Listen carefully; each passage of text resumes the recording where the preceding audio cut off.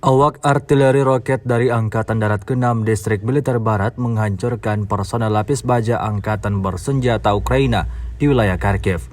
Rekamannya ramai beredar di media sosial Telegram pada Rabu 22 Februari 2023. Di tengah butiran es salju yang berjatuhan, bukan menjadi penghalang bagi Angkatan Darat ke-6 Distrik Militer Barat untuk tidak menjalankan misinya.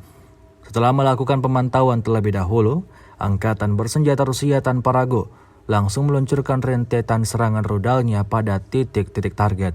Seperti yang terlihat dalam rekaman, ledakan demi ledakan membabi buta semua benteng pertahanan Angkatan Bersenjata Ukraina, yang juga melenyapkan musuh dan peralatan militer lainnya. Hingga video ini beredar, beragam komentar dituliskan warganet. Пунктов 3 чистого углерода, Донецкого народного республики, уничтожили 2 склада артиллерийских боеприпасов, 68-й Егерской и 72-й механизированной бригады. Всего поражение